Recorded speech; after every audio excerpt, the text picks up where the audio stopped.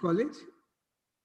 It's GDC, Garaguchen, sir. Very Okay. far-flung interior area. Right. Okay. Thank you so much for joining. Now I'm driving. Sorry, sir. I will join you later on. Yeah, sure. Okay, sir. Thanks a lot, sir.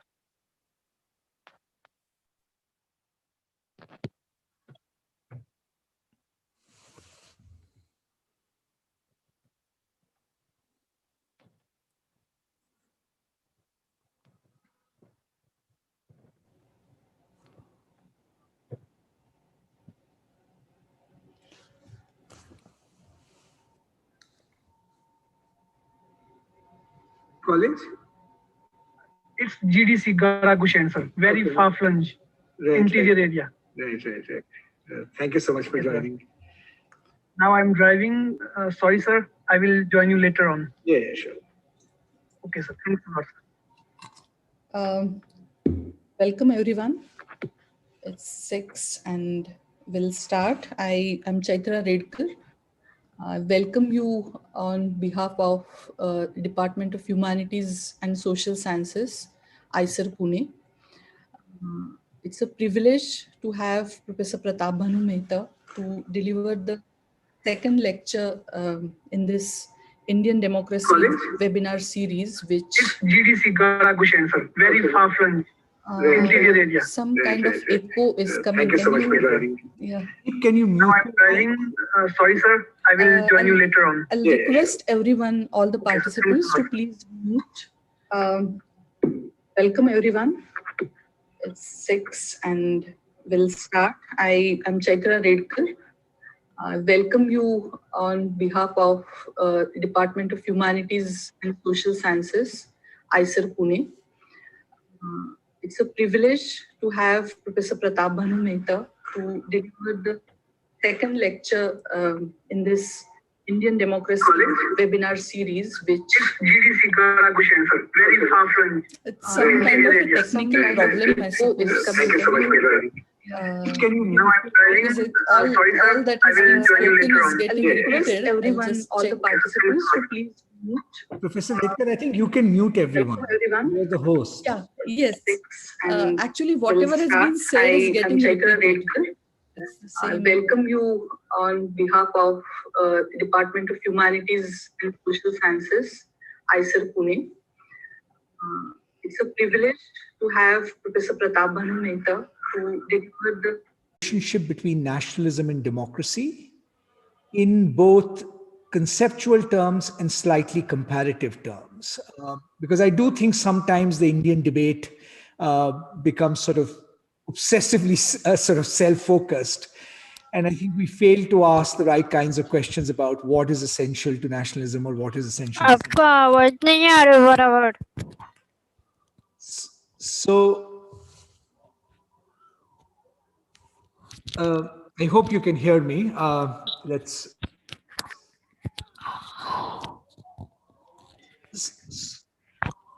So the plan for this evening. आपका आवाज नहीं आ रहा बराबर.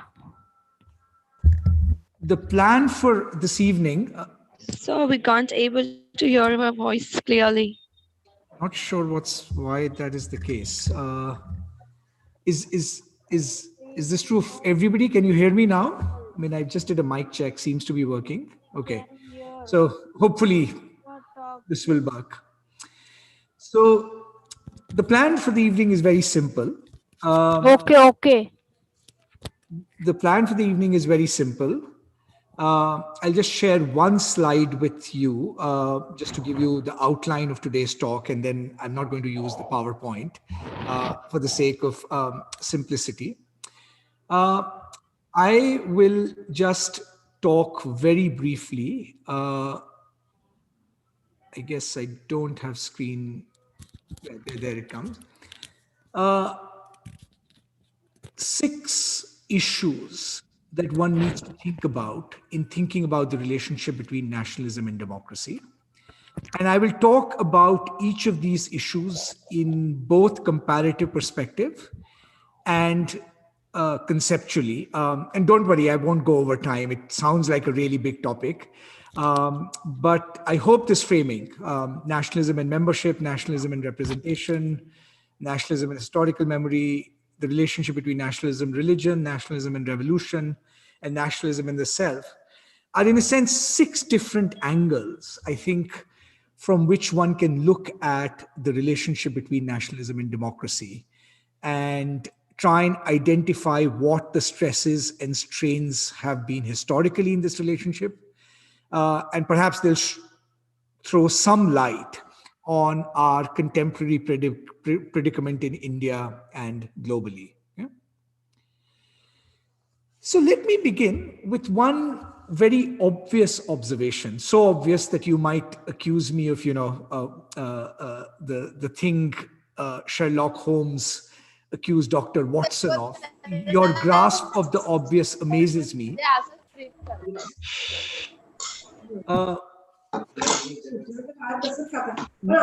Sorry, may I just request, I think some participants, the mics are not mute, so there may be a little bit background.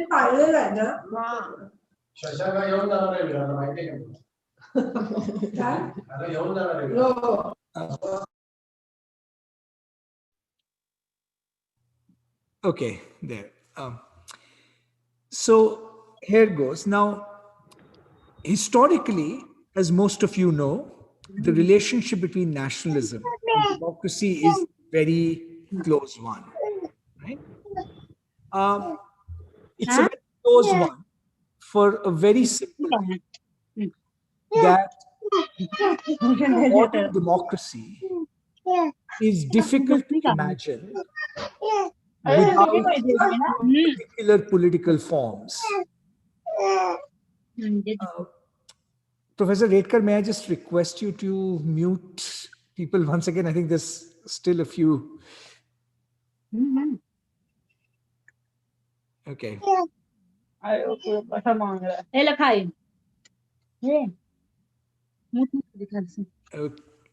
Pushkar, it is possible to mute everyone and then unmute the speaker. I think that would be the best.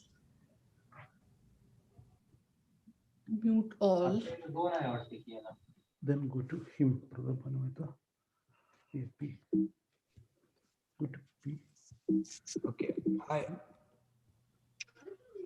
Okay. Let's see if this works. Yeah. Okay. Okay. Hopefully this will work. Yeah. Right? Yes. So the relationship between democracy and nationalism is mediated by 2 concepts, right? One is the concept of popular sovereignty, that in a democracy, I'm speaking very simplistically, the people are supposed to be sovereign. And if the people are supposed to be sovereign, there must be a people, right? Okay, I mean, how can you have popular sovereignty without a people? The people must have a definite identity, in the sense that there must be boundaries around who the people are, right? They must have the right degree of mutual identification and commitment to each other, right? Such that they are willing to say that we are a community of fate, right? That in some senses is willing to decide our destiny and our future together, right?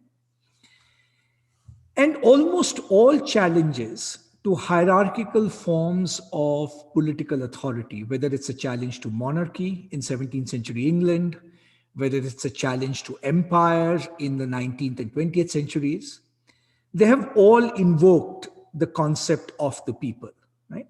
That all legitimate authority flows from the people. If it flows from the people, there must be a people, right? And in some senses, nationalism is the ideology of forming a people, right?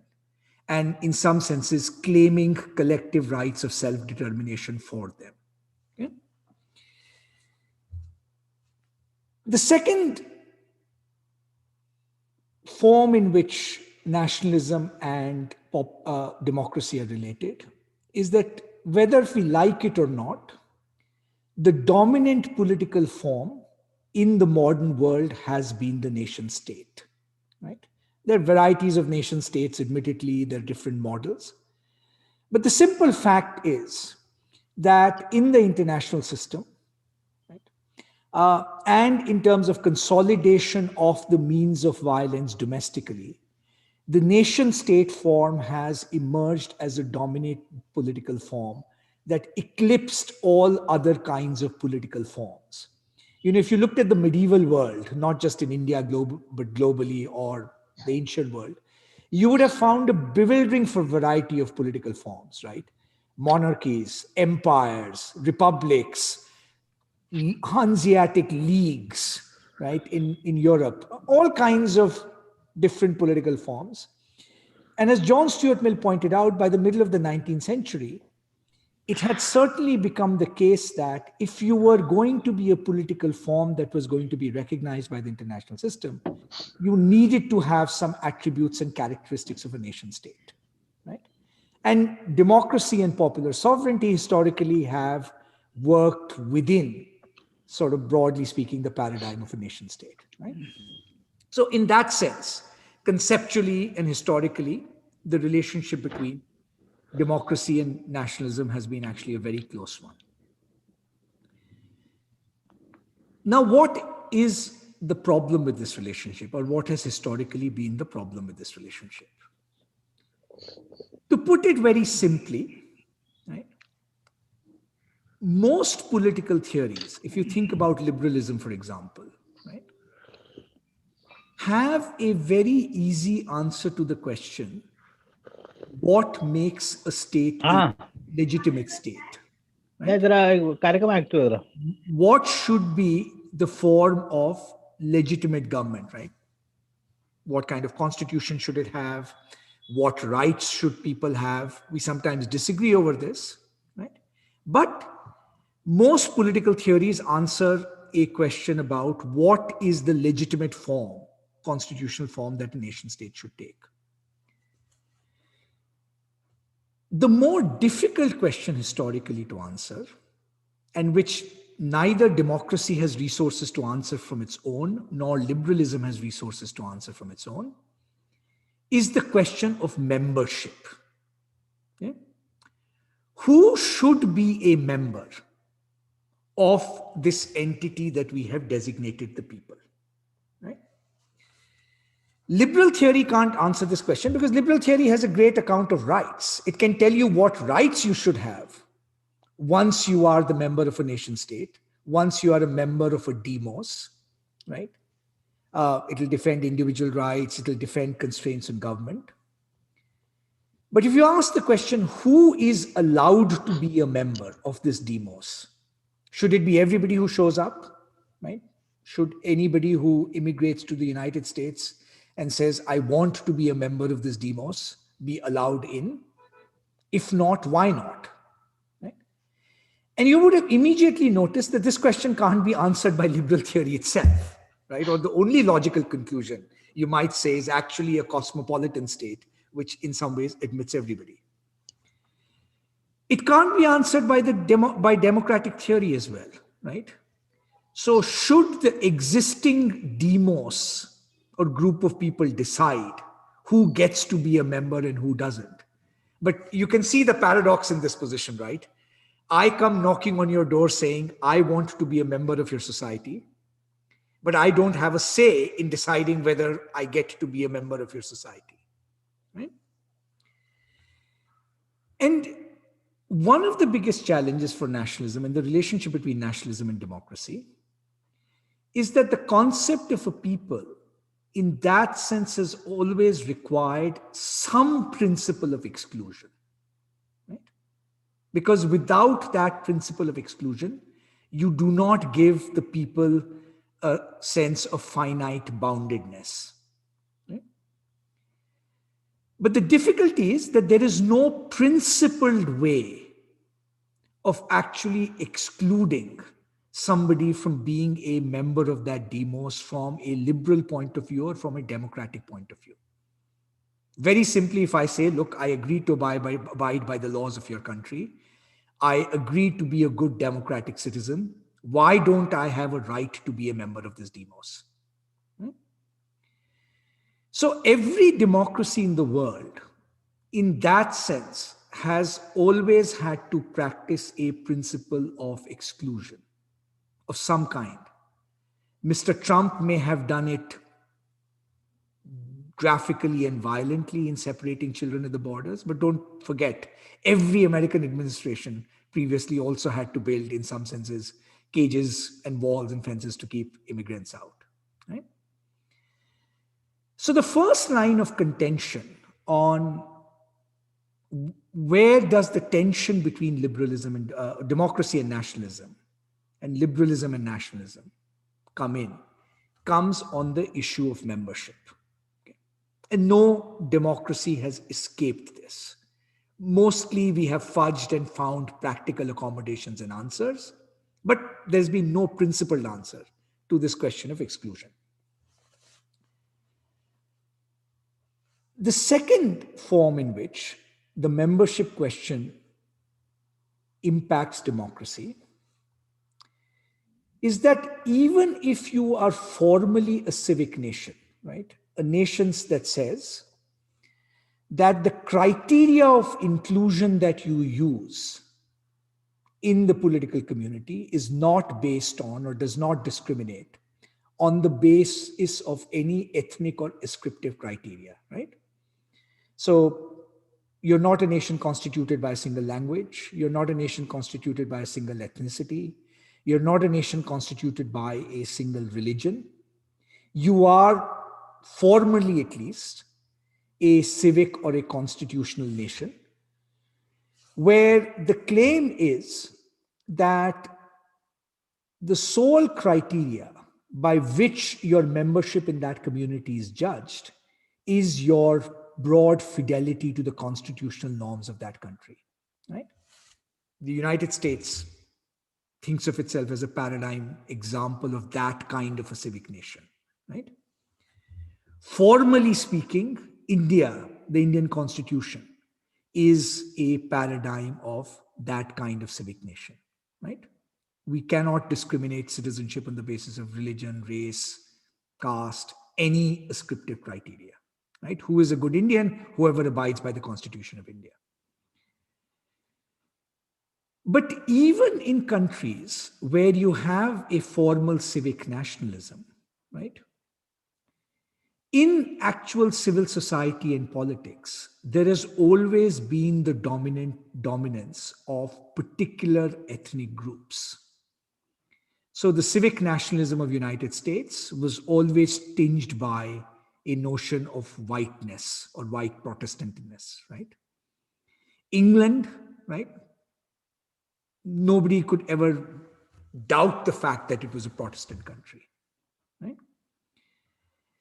And so even in countries which are formally civically national, the cultural politics has always revolved around dominant idioms of cultural accommodation. So if you wanted to be American, you not only had to swear fidelity to the Constitution of the United States, you also had to, in some senses, slowly over time become white, right? This is how American assimilation happened. First, there were exclusive groups that were excluded, right? Catholics, Jews, right? And then slowly, not only were they assimilated into American constitutionalism, they were assimilated into sort of whiteness. And many people are arguing that one thing that actually explains a lot of Latino support for Donald Trump is that it's a way of expressing their whiteness, paradoxical as it may sound, right? Whiteness is an imaginary concept. Okay? And so in all democracies, there is this, you might say, cultural fissure about what the cultural norms are that define effective membership. And that's one of the tussles that is going on in India right now, right? That in order to be Indian, you not only have to swear fidelity to our constitutional norms, if we have a constitution at all these days, but let's leave that aside for a second. You also have, in some senses, to display fidelity to a certain Hinduness, right? When the RSS says all Indians are Hindus, including Muslims and Christians, right? It's in a sense saying this is the yardstick of assimilation, even if they don't mean Hinduness in religious terms, right? So it is this cultural dominance the politics of cultural dominance that creates a second stress point on the membership issue, where membership begins to be defined by particular cultural norms. Right? And the third way in which the membership issue puts a strain on democracy, and probably the most insidious strain on democracy, is okay, you're a demos, you've been constituted yourself as a people. But if you insist that ethnicity and territoriality must coincide, right? Which is that a given nation must have a particular ethnic characteristic, Hindu, German, right? You could define it around language, right? And it lays exclusive sovereignty over the territory it inhabits. Then you have the beginnings of the most insidious problem in the relationship between nationalism and democracy. If you look at 19th century Europe, and not, this happened globally, there isn't a single part of the world that has escaped this phenomenon. When Europe makes the transition from monarchies and empires to nation states, it's also the time of some of the darkest, right, ethnic killings that you find in Europe. Now, Europe basically achieved ethnic homogenization, the alignment of territoriality and ethnicity. Sometimes it did it before the advent of modern democracy. So, England expelled the Jews, France expelled the Huguenots.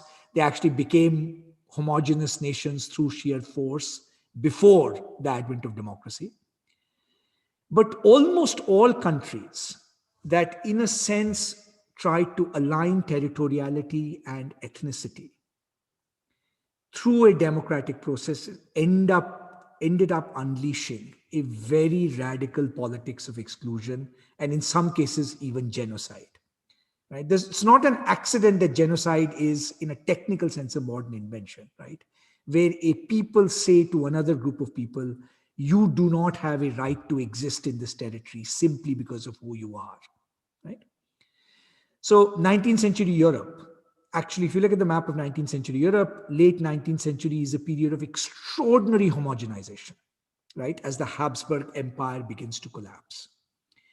And as every empire, right, is replaced by a nation state, you find a great attempt by the state to not just homogenize the population in a single nation, but in a sense claim exclusive rights to territoriality. Anybody who doesn't belong to that is in some senses expelled, right? Now, in a country like India, fortunately, one of the few extraordinarily wise things I think we realized was that if in India you aligned ethnicity and territoriality on any dimension, if you said this was a religious nation, it belonged to only one ethnicity, it belonged to only one language, right? It belonged to only one race, you would have the makings of an extraordinary catastrophe, right? Partly because populations are, not territorially distributed. You can see this even in the Northeast, right? Even when we were trying to grant statehood based on the alignment of territoriality and ethnicity, right? You created anxieties and the fears of displacement. Right? So in these three ways, membership, cultural domination, and the alignment of territoriality and ethnicity, nationalism has always, in some senses, posed a threat to democratic ideals, right? Because these three issues, in some senses, raise issues of exclusion rather than democratic inclusion. So I'll just park this thought here first. This is nationalism and membership. Now, I'm coming to my second theme, and they're all related. I'll try and tie them together, which is the relationship between nationalism and representation. And here I want to focus a little bit more on India directly. So we often celebrate the Indian Constitution and the republic that was created in 1947. In many ways, it was an extraordinary achievement, still can be an extraordinary achievement if we remain committed to its core ideals. But it is always worth reminding ourselves that it was an achievement that was based on a prior failure, right? Namely partition. Yeah? Now, the history of partition can be told in very many different ways, but I do want to point out one facet of it that is very central to thinking about the relationship between nationalism and democracy. Now, post 1857, right, after the revolt of 1857, it became very clear to Indians that any future form of government in India, right, was going to be something like a modern democracy. Right? We are not going to restore the Mughal Empire. We are not going to go back to monarchies. Right? If you're going to fight British colonialism, it'll have to be in the name of the people. And if you're fighting in the name of the people, you will have to, in some senses, grant power to the people. But the prospect of democracy, as early as 1857, if you read Sayyid Ahmad Khan, for the first time raises a political question that had never been raised in the subcontinent before, which is the question of majority and minority. Right? See, in an empire, the question of majority and minority doesn't have the same political valence because numbers don't matter, right? I mean, there are other kinds of conflicts in empires. But in democracy, because power is ostensibly constituted through numbers, right? It raises the specter: who is going to be the majority and what is their potential for dominating a minority? So if you read Sayyid Ahmad Khan, 1857, following on John Stuart Mill's considerations on representative government, Sayyid Ahmad Khan very clearly raises the specter that as popular government gets enshrined in India, even through limited suffrage in small steps, isn't there a danger, right, that the Hindu majority might dominate the Muslim minority? And of course, the Muslim minority, for the first time, was facing a predicament that it never faced in the subcontinent, which is it found itself without effective political power, right? So 1857, in that sense, was a pretty watershed kind of traumatic event in terms of thinking about this relationship between majority and minority. Now, from 1857 to 1947, we tried a political negotiation around this conundrum. I'm simplifying a complicated story, but hopefully you'll see the contemporary relevance of the simplification in a second. The conundrum, let's not get into the detailed history and the prejudices and so forth for a second, but I just want to give you, in a sense, the game theoretic conundrum here, the pure analytics of this. The conundrum is the following. If you go by a very simple principle of one person, one vote, and a society is divided into a majority that thinks of itself as a majority, or more importantly, a minority thinks of that majority as a majority, isn't there the prospect of majoritarian dominance? Now, how do you safeguard the minority against it? You could say, well, couldn't a constitution guarantee everybody equal rights? Yes, true enough. But who is going to administer the constitution, right? Can you trust the power that administers the constitution to abide by the limitations that the constitution imposes on you? So that's not good enough. So you say, okay, can you come up with something more? Can you come up with a power sharing arrangement between the majority and the minority that in some ways assures the minority that the majority will not be able to dominate it in certain ways? Yeah? So there are different ways of articulating this power sharing. One is to give the minorities a veto over certain issue areas, right? Okay. One simple way of protecting them. The problem with that solution is that that solution, many thought, is incompatible with the idea of common citizenship, right? That one of the features of common citizenship is that we must be able to together vote on all things that matter to all of us, right?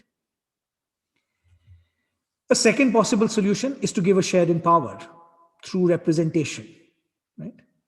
Can you guarantee minorities representation such that they are secure partners in the implementation of this constitution? Now, here's the game theoretic dilemma. If you give minorities representation more in excess to their numbers, you set up a majoritarian backlash, right? Why are you giving minority veto? On the other hand, if you don't give minorities these veto powers, they say we don't feel secure. Now, one very succinct way of thinking about the negotiations over representation in India, particularly from 1905, when the Minto-Morley reforms were being contemplated, down to 1947, is that we never resolved this conundrum. Any proposal was either seen by the majority as giving too many concessions to the minority, or the minority as not adequately safeguarding them. Okay, I'm just giving the barest political articulation of the conundrum. Okay? And the failure to solve that problem of representation, in some sense, is one of the factors that leads to partition.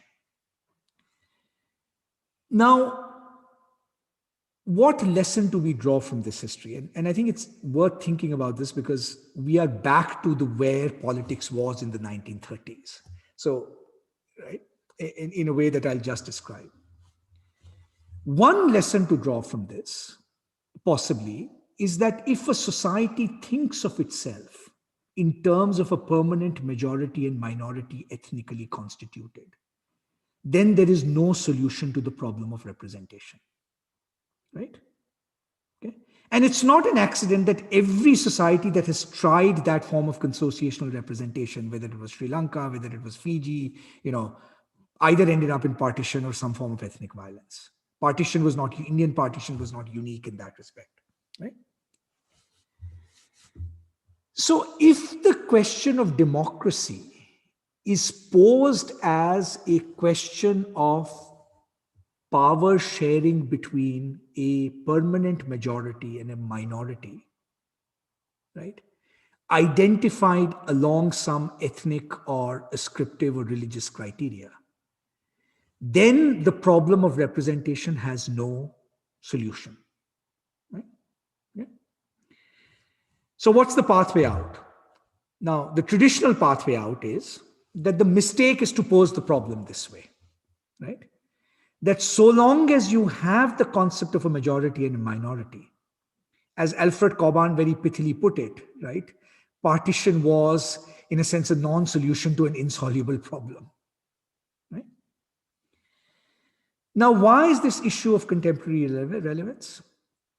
If you think of current politics, if you think of the BJP's critique of the Congress and the BJP's critique of pseudo-secularism, the core claim of that critique is, and there is some validity to that critique in some issue areas, that what the Congress did was that it in some senses gave the minorities veto over certain areas of national life, right? Personal law, for example, right? That's just to take okay? And the BJP's project is in some senses to say, in order to form a political coalition that can govern, we are going to go from a situation where the minorities had a veto to a situation where the minorities are rendered politically completely irrelevant, right? And that, in a sense, nutshell, is what majoritarian dominance means in a democracy. Okay? Now, the problem, as I said, for us is that if we continue to think in a majority-minority framework, you risk repeating the same mistakes we did in the 1920s and 1930s, right? And the question that we need to ask is there an idiom in which we can talk of Indian politics that doesn't get trapped into the idiom of majority versus minority, that in fact liberates the individuals, each individual, from the stranglehold of this compulsory identity that we have imposed upon them, right? Okay. And so to the extent that democracy can flourish in a diverse society, it cannot flourish if you see democracy as a negotiation between permanent groups. It can flourish only if you see democracy as the project of liberating individuals from the pressures of compulsory group identity and making the nature of groups that is negotiating much more fluid and dynamic. Now, I'm not saying that democracy requires doing away with identities, right? Obviously, identities matter to people. They should have the complete freedom to choose and express whichever identity they wish, right? Okay. There will be more diversity if there is freedom. But if you align citizenship rights to membership in particular groups, you will constantly, in some senses, create this tension. As the Hindi writer Nirmal Verma had once put it, he said, so long as you continue to think in terms of the concept of a minority, the concept of majority automatically gets created, right? And I think that's the inner dynamic that Hindu nationalism grasped at its core. It basically said Congress is trying to run Hindu nationalism and Muslim nationalism together. We can numerically make Muslim nationalism irrelevant. Okay? And that majoritarian dominance is now an incredible threat to individual liberty. But the answer is not going to be, as I said, returning back, as it were, to the debates in the 1920s and 30s that think in terms of the majority-minority framework. The third issue, the rest I'll do very quickly. So we've done democracy, nationalism and membership, nationalism and representation. The most vexed issue in a democracy that arises out of nationalism has to do with shared memory, right? And shared identity. Nation states are communities of fate, right? As Indians, we have tied one another to each other's fate, right? Let's face it, even if you're cosmopolitan, you care a little bit more about, right, India than the rest of the world, right? Okay. Now, what is it that makes us this community of fate? Now, typically in answering this question, nationalism invents a myth. And nationalist historiography is almost always going to be a myth. But the claim is that it's an enabling myth, right?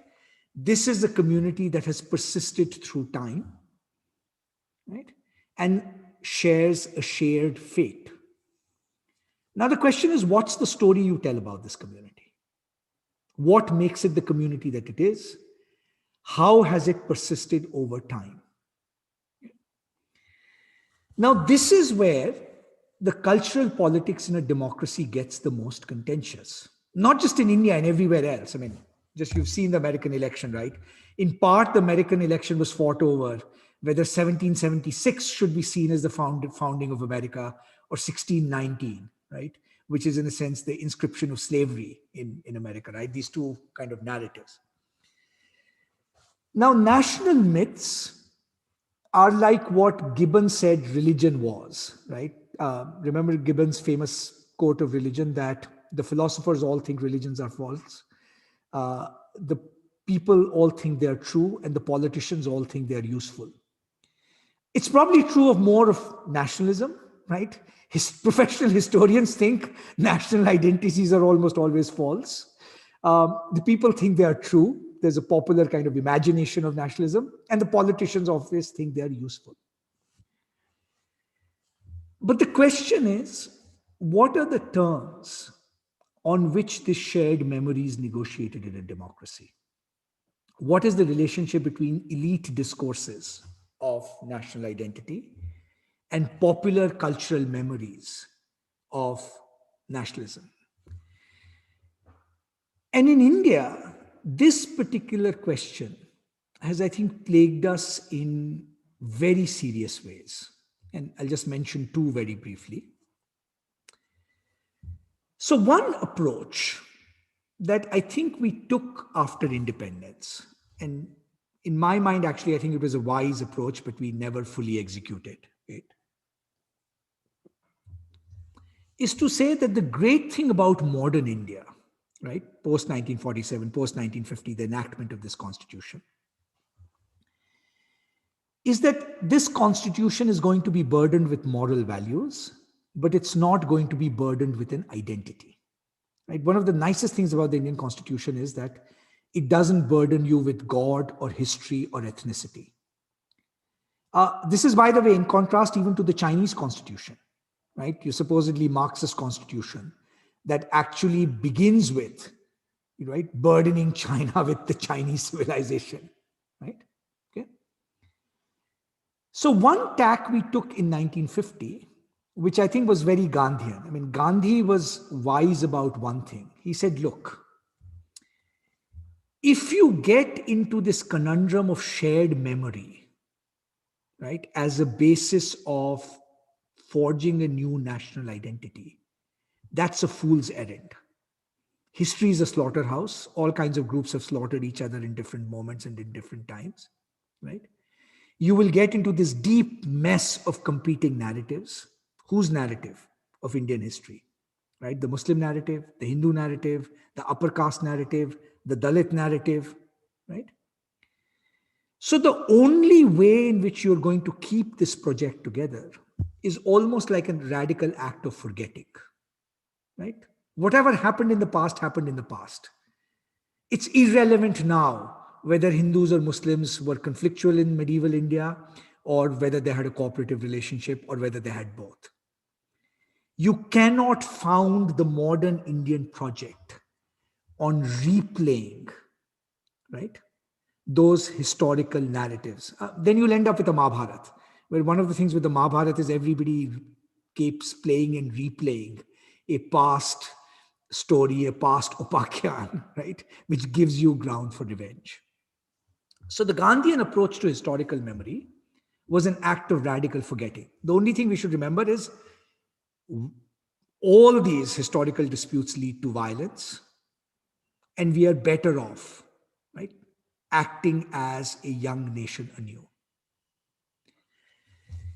Now, the problem with this project, which I think morally was the most defensible, frankly, I think it's the only way India can survive, right, is that it did not sit well with other popular imaginations of the past. We pretended that other popular imaginations of the past, for example, right, let's say the dispute over Ayodhya, unresolved resentments, right, over what the nature of Hindu-Muslim relationships were in medieval India. Many people felt that this act of forgetting was an act of denial. Actually, it wasn't an act of denial. I mean, Gandhi fully understood what had happened in medieval India. But the point was, in some senses, to overcome it, not to repeat it. And the single biggest disjuncture that I think opened up in modern India was the disjuncture between this act of radical forgetting that our constitution required. Let's not be burdened by history. You know that Gana Chodo Kal Ki Baat Purani, right? Exactly captures that spirit of the 1950s. Let's not be burdened by God, ethnicity, or history in founding this new nation. But the place where the RSS and the BJP had its biggest success, right, was in some ways converting this supremely brilliant moral act and portraying it as an act of denial. Right? as if somehow there were these layers of resentment that this act of forgetting was not addressing. Unfortunately for us, I think unwittingly, I think this was not intentional, I think left historiography in India to a certain extent fell into the BJP's trap. Why? It fell into the BJP's trap because it began to share one premise with the BJP's narrative, that somehow what rights people acquire in modern India, that story will be dependent on the historical memory and narrative we tell about past. Okay? So if the BJP says, look, in the past, Muslims subjugated us, therefore, we need to address those wrongs, we need to address that sense of victimhood, right? In order to make a new beginning. Parts of the left responded by saying, no, there was no conflict. This is a story of civilizational synthesis.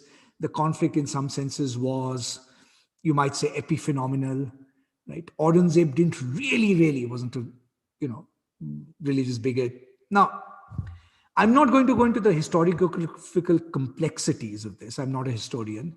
My own view is we should just have this open debate. It's up to historians to decide which version is right. But what is important is the premise that both shared, right? And by the way, this premise, I think, underlies Jawaharlal Nehru's discovery of India as well in some ways. That if we do not tell the story of India's past in a particular way, it is going to have ramifications for contemporary India. And I think what the BJP did was called the left's bluff on that historical memory. Okay. And I think the biggest challenge, therefore, for thinking about a new national identity is that it's not a national identity that can be founded on a shared conception of that historical memory, because frankly, that can go in lots of different directions. Let's say tomorrow you discover a new document that, 5 new temples were destroyed at a particular point. Should that change the modern Indian project? Right? Okay. So the biggest challenge for India, right, this disjuncture, is that at one level, it's a civilization with deep continuity and extraordinary forms of popular memory, right, constructed in lots of different cultural idioms. Okay?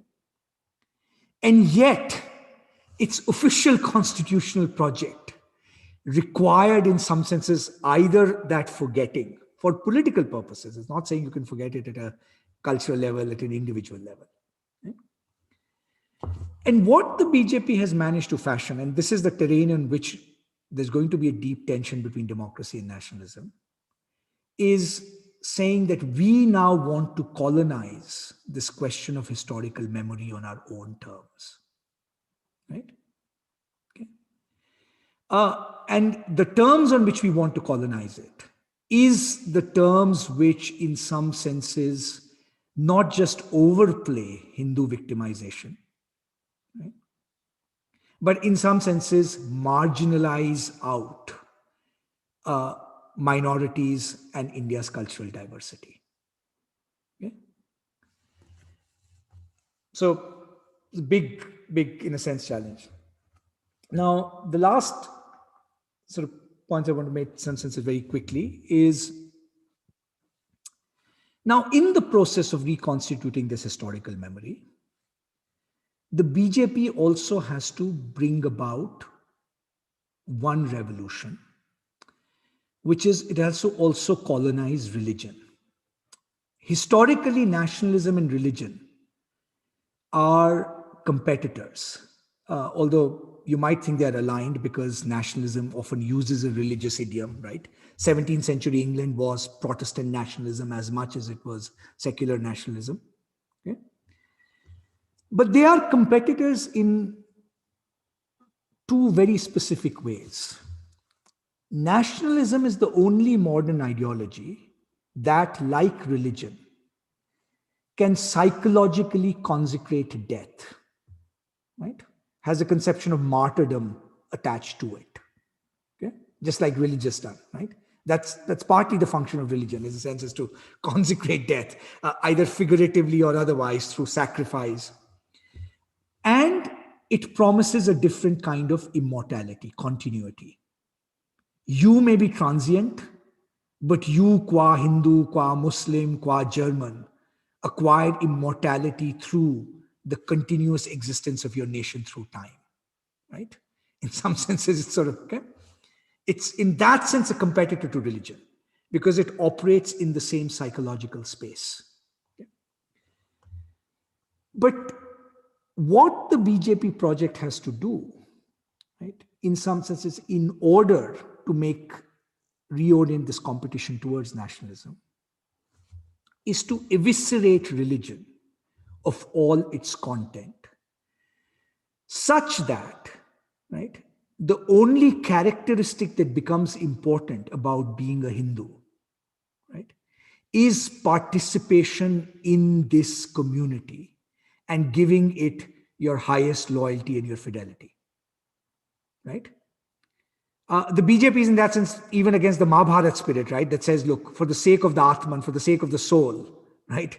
You can, in a sense, sacrifice your whole country, right? The point is moral values come first.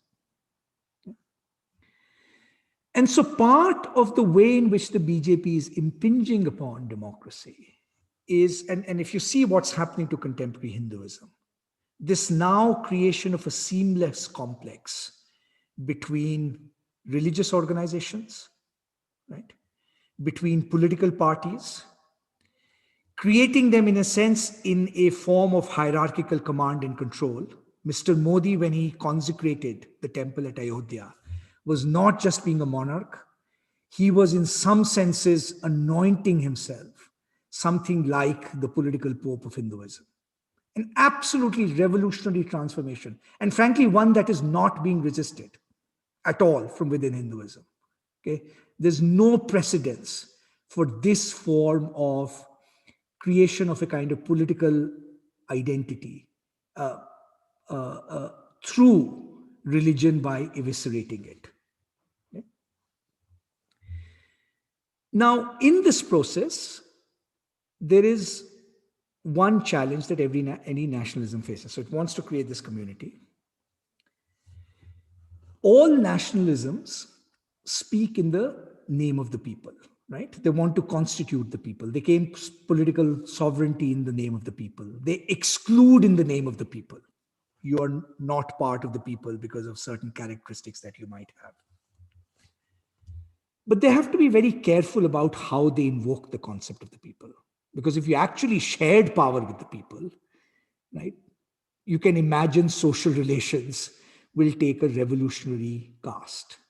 Okay?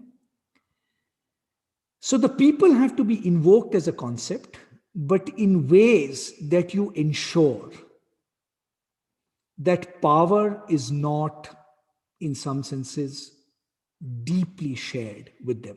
Now, here I think it's worth drawing a contrast between two forms of nationalism. One, which is the Indian variety, which is, you might call, an ameliorative nationalism. Like our nationalist movement invoked the concept of a people. So it had to include everybody in it, right? Otherwise, that claim to peoplehood is false, right? You can't say we are a people and then not say we're not going to give people voting rights. But it also had to do it in a way that ensured that existing hierarchies, both of class and caste, were not radically destabilized. You destabilize them enough to give people a stake in this national project. So you said, okay, untouchability goes, but you don't really launch a frontal assault on caste or class in a radical sense, right? This is in contrast to revolutionary nationalism. I mean, all said and done, Chinese communism and Vietnamese communism were actually species of revolutionary nationalisms, right? What they said was, one of the things that we want to do is take all of these social hierarchies, crush them and meld them, right? Okay, in unrecognizable ways. Now, I'm not going to go into the pros and cons of one versus the other revolution. But one of the consequences, therefore, of India's relatively conservative nationalism, okay, is that it has always had to sort of tiptoe a fine line on how do you include historically excluded groups, particularly around caste. Now, many thought that these historically excluded groups would provide a bulwark against a homogenizing nationalism, right? Remember Mandal versus Masjid? Mandal versus Mandir, right? That somehow, because you had a plethora of groups who had been historically excluded, their natural consolidation and identities would stand in the way of a larger Hindu consolidation. One of the most sobering lessons of the last 15, 20 years is not just how wrong we were, but how sociologically deterministic we were. Partly, you have to give it to Mr. Modi. I think this has been his big success, that he managed to convert the BJP from an upper caste party to, in caste terms, a genuinely more inclusive party. And there's no denying it. Hathras, Bhima Koregaon notwithstanding, right? He's at least convinced a large number of people who were hitherto excluded that one way in which, it's like the American equivalent of assimilating to whiteness. You can actually assimilate as, in a sense, joining this Hinduness, right, in some ways. He was also able to do this because India's traditional caste politics, I'm not saying caste, but caste politics, as had been articulated in the post-Mandal years, had run its course. It no longer had a focal point around which to consolidate political power as a bulwark against this larger consolidation of this larger identity. Now, the challenge is going to be how genuinely a democratizing force is Hindu nationalism actually going to be on caste? Is it going to do the standard Indian trick, which is formally include them as the Congress party did, but in a way that actually in some senses limits their opportunity? Or is this project of inclusion going to be a much more genuinely radical project that lays the groundwork of making caste less relevant to opportunity? Now, everything in our experience suggests that the second is not going to happen. But I think this is going to be, in some senses, one of the abiding tensions that Hindu nationalism faces. Last and finally, a point about the moral psychology of nationalism. So, Democrats worry about nationalism, as I said, because it can exclude on the basis of membership. In a society where constituted by majorities and minorities, if you think of yourself in those terms, then there is no solution to the conundrum of representation. Nationalism politicizes shared memory in a way that generates conflict. Nationalism colonizes genuine religion as the highest end we should aspire for, right? Nation first, nation last. Right? And it has to do this balancing act on how genuinely socially inclusive it is, particularly in caste and class terms. But the most abiding threat that nationalism poses for democracy is moral psychological. As I said, nationalism, like religion, has this propensity to consecrate death, both the taking of life and the giving of life. And it consecrates death by a very particular psychological maneuver. This is the great psychological comfort of nationalism. So when Virat Kohli hits a six in Australia, we will all jump up and down, right, with joy, right? It elevates us. It's almost as if we have hit the six. Now, what produces that elevation in us? What produces that elevation in us is a form of vicarious identification, right? As if Virat Kohli's six is my six, it's our six, right? Okay. Now, at a very human level, this vicarious elevation of our identities is really thrilling. I mean, that's why we like crowds, that's why we like collective identities, because they lift us out of ourselves into, in a sense, this imagined zone of achievement and immortality, right? I mean, so what if I can't hold a bat? I can at least feel as if I hit a six, right? But this very vicariousness also makes nationalism so insidious, because this vicariousness can work only with the abridging of the individuality of individuals. Right? The thing this vicariousness fears most is individual freedom. What if somebody refuses to identify with this vicariousness for any reason, right? Yeah. It fears freedom because with freedom, one of the things you will constantly contest is the compulsoriness of any identity. Why should I think of myself as one thing or the other? Why should somebody else have the right to define how I name myself? Right? Okay. And you might say it's almost a theorem of political theory. It's the closest thing we have to a theorem, is that any form of compulsory identity at some level is in deep tension with freedom. Now, again, just to be clear, I'm not against identity. Identity should be freely chosen. But the point is they should be freely chosen, right?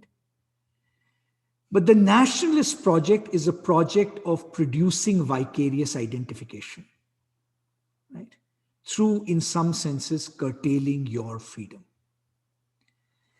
In part, it can produce that vicarious identification only if it has an enemy to fight against, right? After all, as I said, these national identifications are imagined identifications. I'm not saying they're illegitimate for that reason, always, right? But the vividness, right, with which they are held, the compelling passions they are supposed to ignite, will almost always require an enemy against which to define yourself. There isn't a single nationalism in the world that escapes the construction of that other. Okay? And in tying our achievements, right, the meaning of our life to this form of vicariousness, right? Most of us probably don't have many achievements to kind of talk about. We are attracted to vicariousness for that reason. In tying ourselves and our identities to that form of vicariousness, it creates the condition for a loss of self, a loss of individuality, a loss of thinking in some ways. And if you add all of these things up, and if you see contemporary Hindu nationalism in India, it's lined on all the wrong side of all of these 6 issues. It has a discriminatory conception of membership, right? It wants to make minorities irrelevant, not by granting individual freedom, but by, in a sense, establishing majoritarian dominance. It wants to tie you a conception of shared memory, right? That by its very nature depends on a memory of victimhood of the majority community, right? And will always be the source of difference. It wants to colonize one of the civilization's most complex achievements, which is this thing called Hinduism in all its extraordinary diversity. It wants to speak in the name of the people, even at the same time as it wants to make sure that there isn't a radical form of radical social change from below.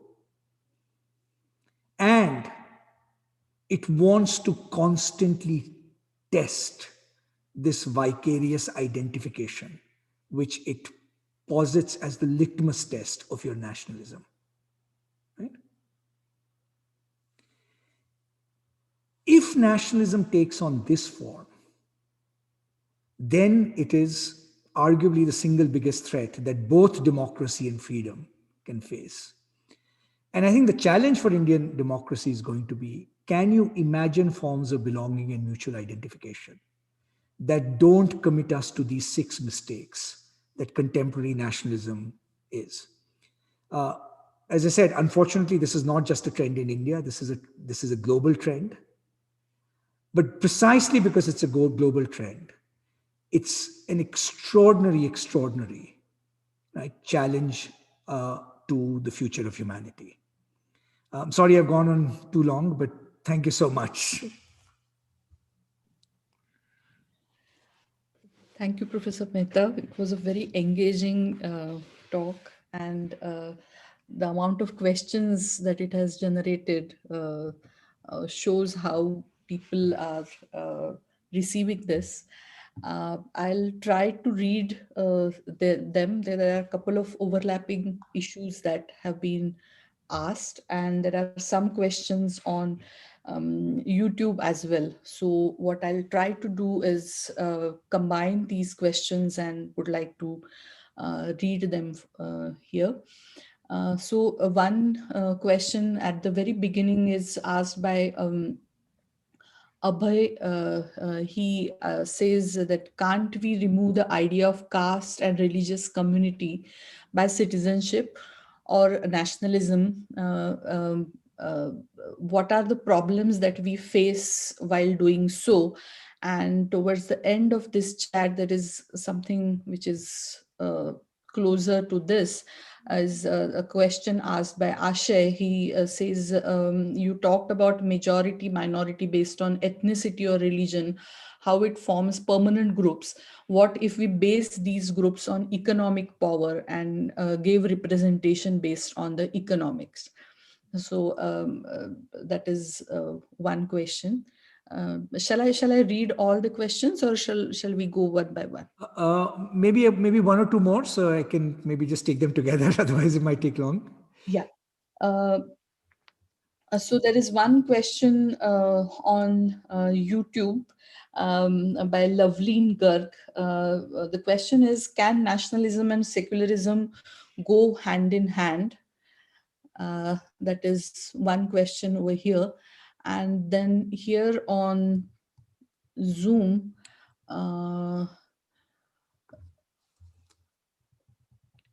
yes, we have this question. In order to end, this question is by Divesh Patil. He asks, in order to end this conflict dilemma between majoritarianism and democracy, can't we adopt France's model of secularism? And up to the extent that state won't recognize any religion, because the secularism model which we follow, we respect every religion equally and don't favor any single one, but in practice this never happens. So can we adopt the French model? That is the question.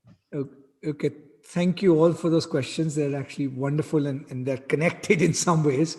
So I'll try, give a simple answer. All of these things would take a whole seminar. So I think two things, right? One, in a way, the beauty of our constitution was that the preamble gave us our historical objective very clearly, which is liberty, equality, and fraternity, right? And the contest needs to shift over liberty to what, equality of what, and fraternity between whom. Now, unfortunately, on all three dimensions, our politics, in a sense, failed that constitutional project. It's never been a partisan of liberty. right? Particularly understood as liberty of individuals to define identities as they wish and choose, basic set of liberal protections. We have not done as well on social equality as the social revolution of the Constitution had promised. Yes, the objective should be that we reach a position of justice where caste does not begin to matter to either the economic opportunities that you have or the political rights that you have, right? That's the objective. The problem is we are so far away from that objective, right? 70s odd years after independence, that we cannot say with a straight face. So there are two ways of reaching that objective, right? One is by denying that there is a problem, right? I mean, you can simply say, caste doesn't exist in India, right? That would not do justice to the real moral issue at stake, right? The only way in which you can credibly reach a state where caste becomes relatively less relevant to thinking about both economic opportunity and political rights, right, is actually by creating a framework of economic and social development that is genuinely exclusive, right?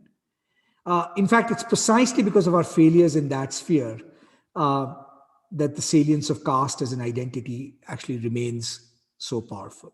Okay? Now, the French model.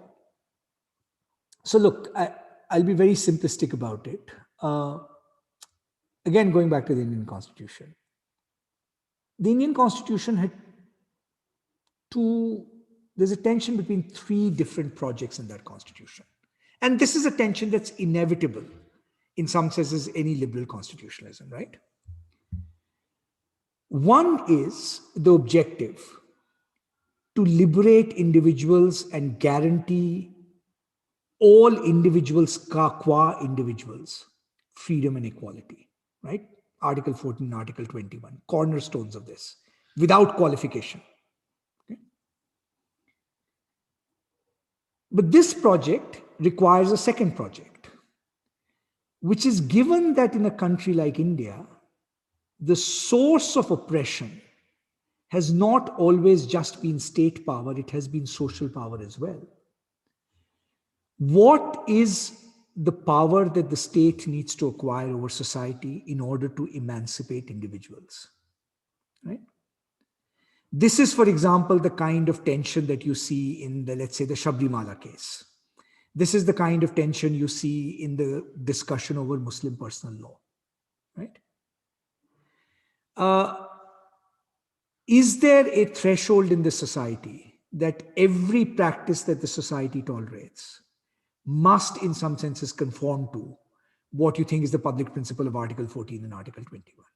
Now, this is a very difficult question for a democracy, right?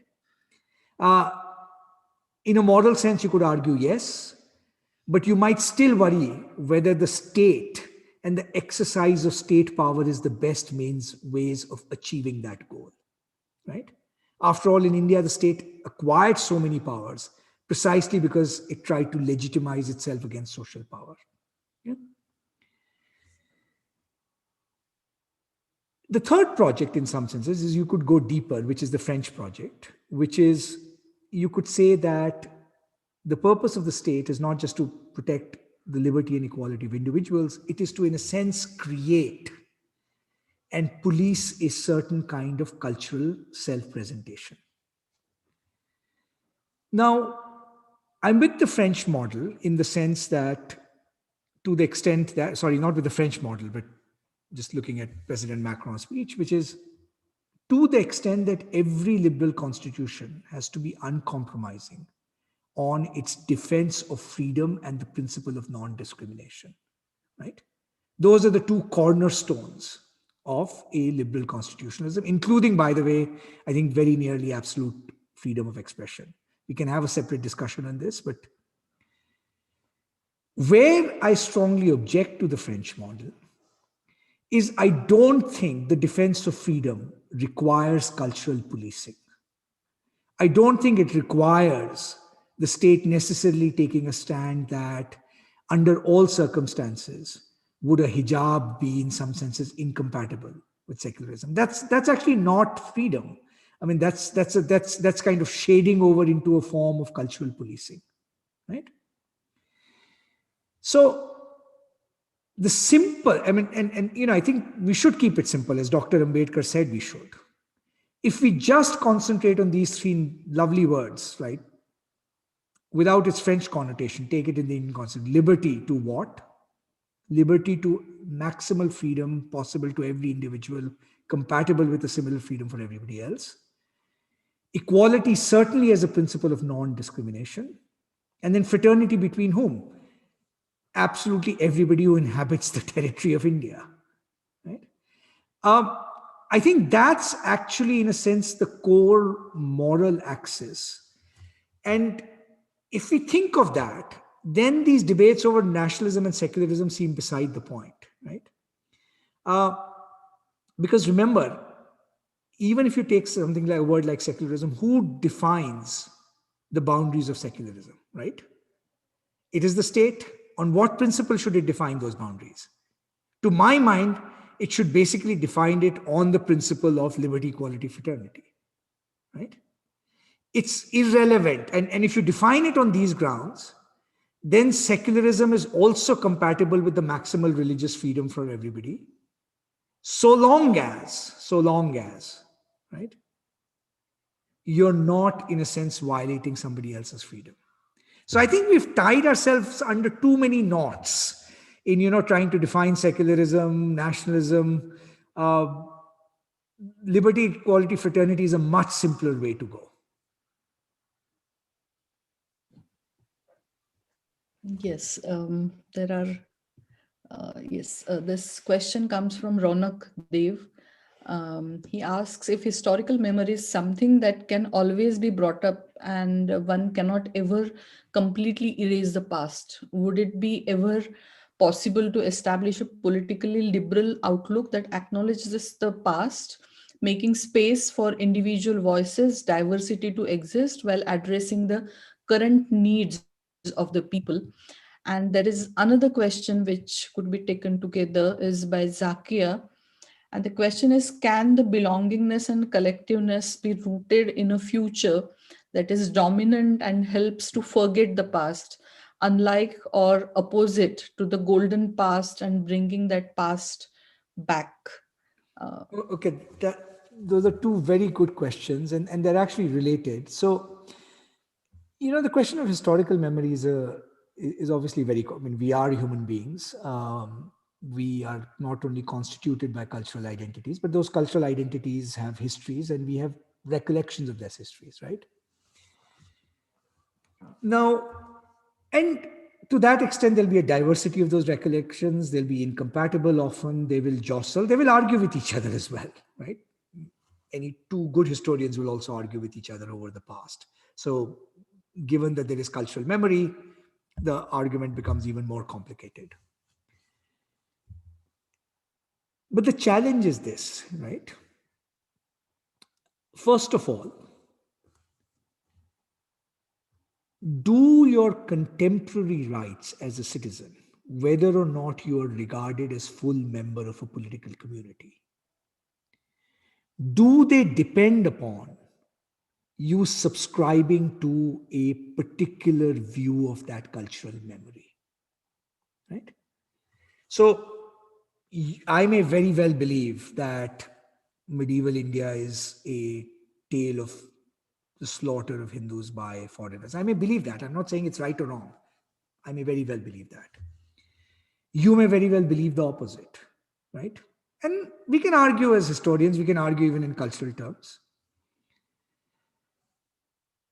The problem is that we think that these arguments, and whichever way we come out, will have implications for our standing as members of the contemporary Indian nation now, right? So if somehow you don't acknowledge my victimhood hurt, you are in some senses, right, denying me recognition in this contemporary space. If I don't acknowledge the fact that, you don't agree with me, I'm denying you that recognition space. Right? And we have so much tied the identities of political parties, cultural rights to these kinds of issues. And that's the gesture Gandhi really wanted us to see. He said, look, you can keep fighting over history to the end, right? And that's why I used to say even the Mahabharata should be read as an ethical tale, not as the itihas part of it, right? Okay. So if our rights and our contemporary future is not tied to resolving these questions of historical identity and memory, then it's actually easier to talk about them, right? Because what is happening right now is that because we think the past has an implication on our contemporary political identity, we choose a belief in the past based on our contemporary political identity, right? It's our identity that constructs a memory for us, precisely because we've tied the two so closely together. Now, the solution might be what the second questioner is, I'm sorry, I forgot your name, mentioned, which is to say, can't what binds us be less rooted in the past and more in the future? So we say to each other, it doesn't matter where we are coming from, what matters is where we are going, right?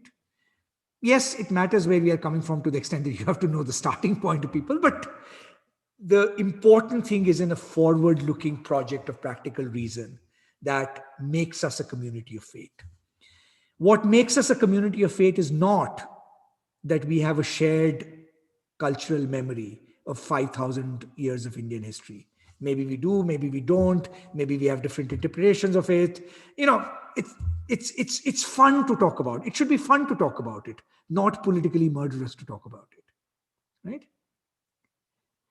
But, right, what we can say to ourselves, look, this is India, contemporary India could have been such a unique experiment in trying to imagine a new political form, right, that gets 1 billion people to have a stake in it without discrimination, without anybody feeling that they are being targeted for being who they are, right? I mean, literally a sort of epoch, one of the greatest political experiments in history, right? And we'll all be better off if, in some senses, this political experiment succeeds. Now, as I said, I think that is the gesture that the Indian Constitution wanted to make. That's why, as I said, it's ironic that the Chinese Constitution the preamble talks about the continuity of the civilization, the Indian doesn't. Not because it's saying that it isn't continuous, right? Not because these identities don't matter, but it's saying, look, that's up to people to decide. Individuals to freely, you want Jayashree's version of Alauddin Khilji, I want Jawaharlal Nehru's version of Alauddin Khilji, perfectly fine, right? Why does that have to translate over what films we can see or whose rights will be abridged or against whom a revenge narrative will be constructed, right? And that sense, that constitutional framework which said, look, this is the framework that now gives us a new collective project together. It'll have to be continuously refined, made more consistent itself. It's like writing a serial novel, right? The Constitution was the first chapter, let's write the next chapter, right? In a way that actually creates a compelling narrative of something that we have produced together. But the difficulty with this forward-looking narratives, just psychologically, is that it requires real achievement, right? And it is my view, I mean, I don't think it's accidental, that this brief period that we had, right, between the late 90s and mid 2000s, when we had 8% growth, when things were beginning to look up for India, right, was also interestingly the period where almost every form of violence in Indian society actually came down. I mean, my colleague Devesh Kapoor has tons and tons of data on this, right? Because there was a confidence in this future-oriented project. One of the reasons we have regressed into this past, into this politics of cultural memory, is it's a sign, right, that our political masters cannot promise us and have no confidence that they can build a new coalition of legitimacy around a future-oriented project, right? So that's the issue, right? The future requires real achievement. The past, you can make do with an imaginary one, which is why it's psychologically a lot more appealing, right? Hasti mitti nahi hamari, we are, sare jahan se acha, absolutely lovely sentiments. But that's exactly what they are.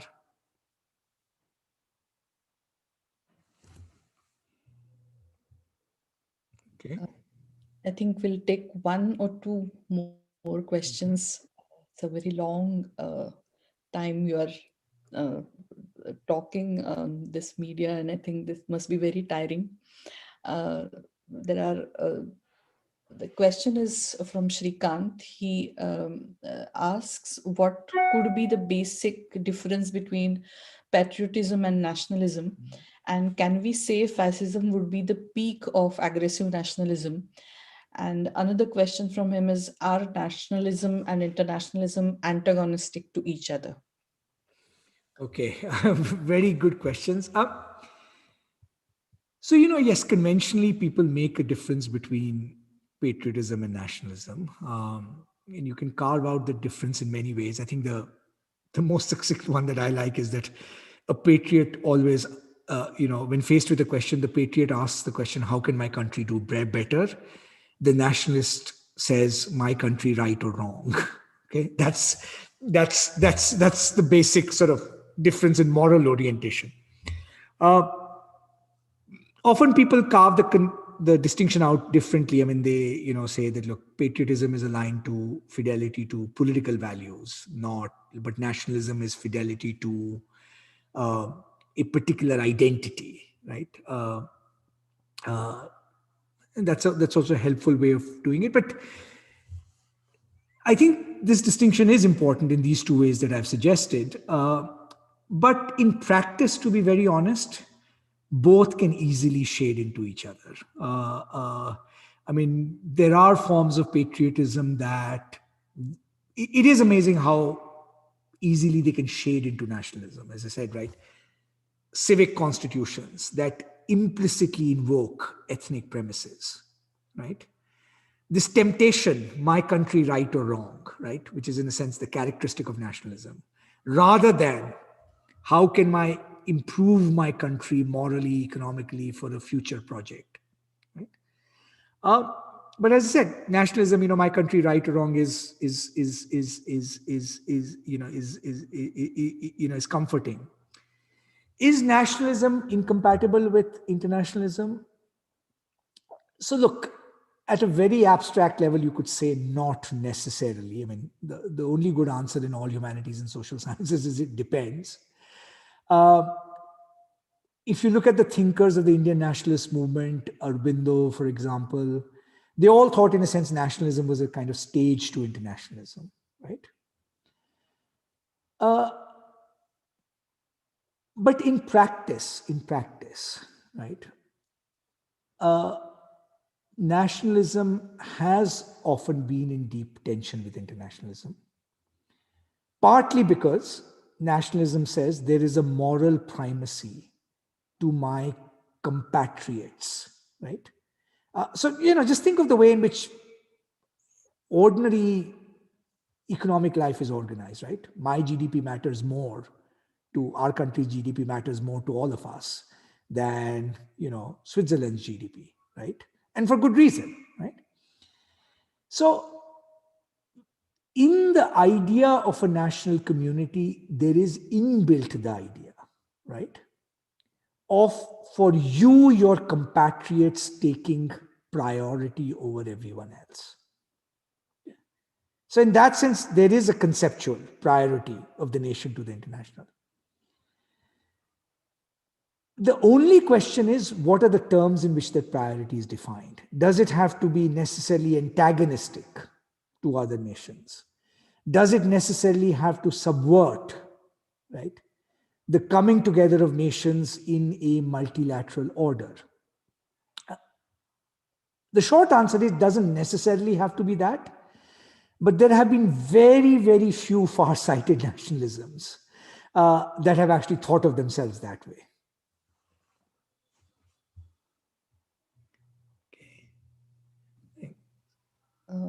So maybe the last question.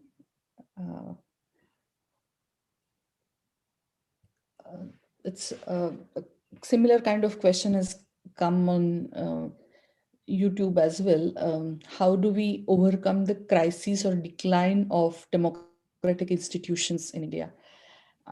And another question on YouTube is how do we dissent?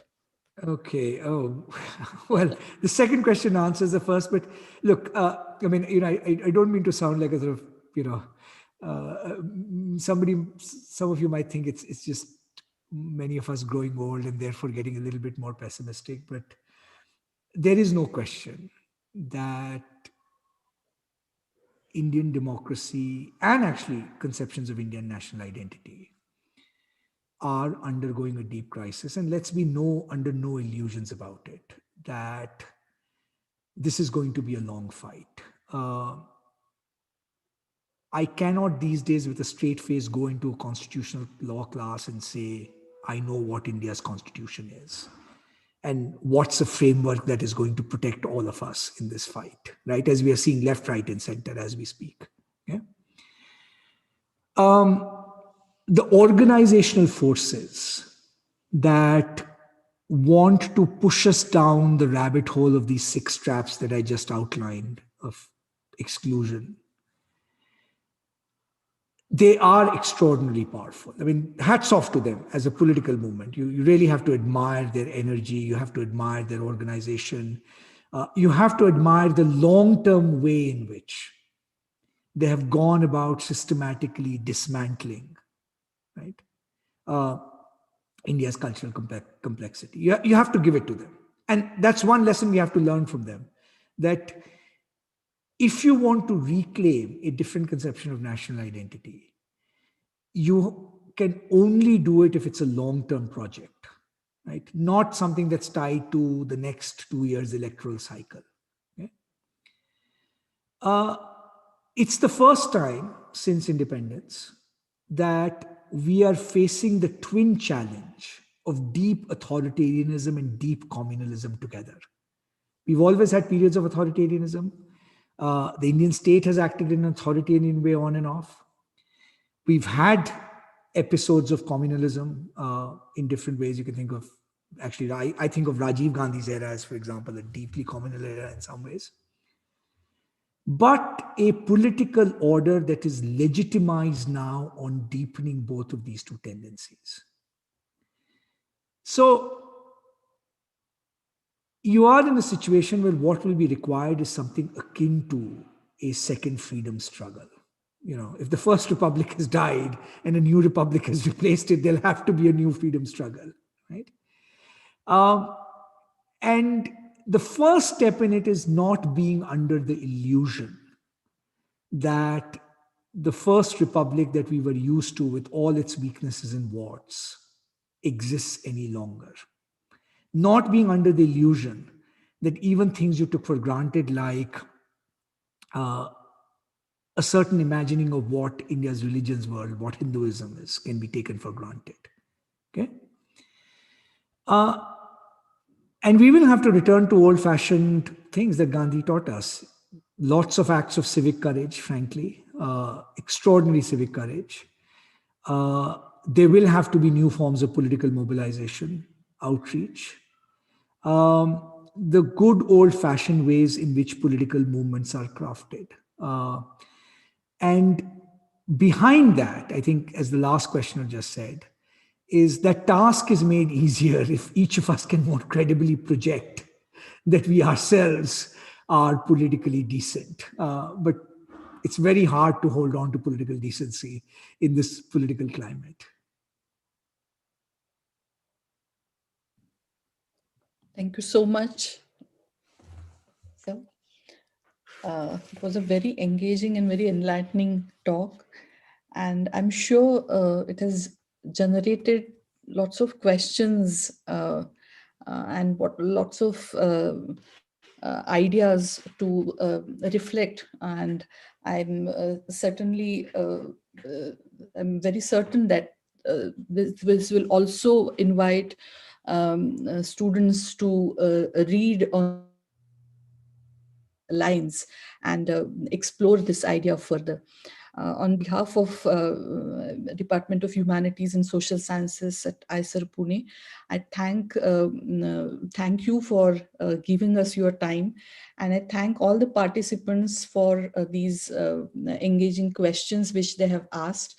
As I said, this is ongoing dialogue, and we would be taking more interesting themes related to Indian democracy, and I expect your participation in those talks as well.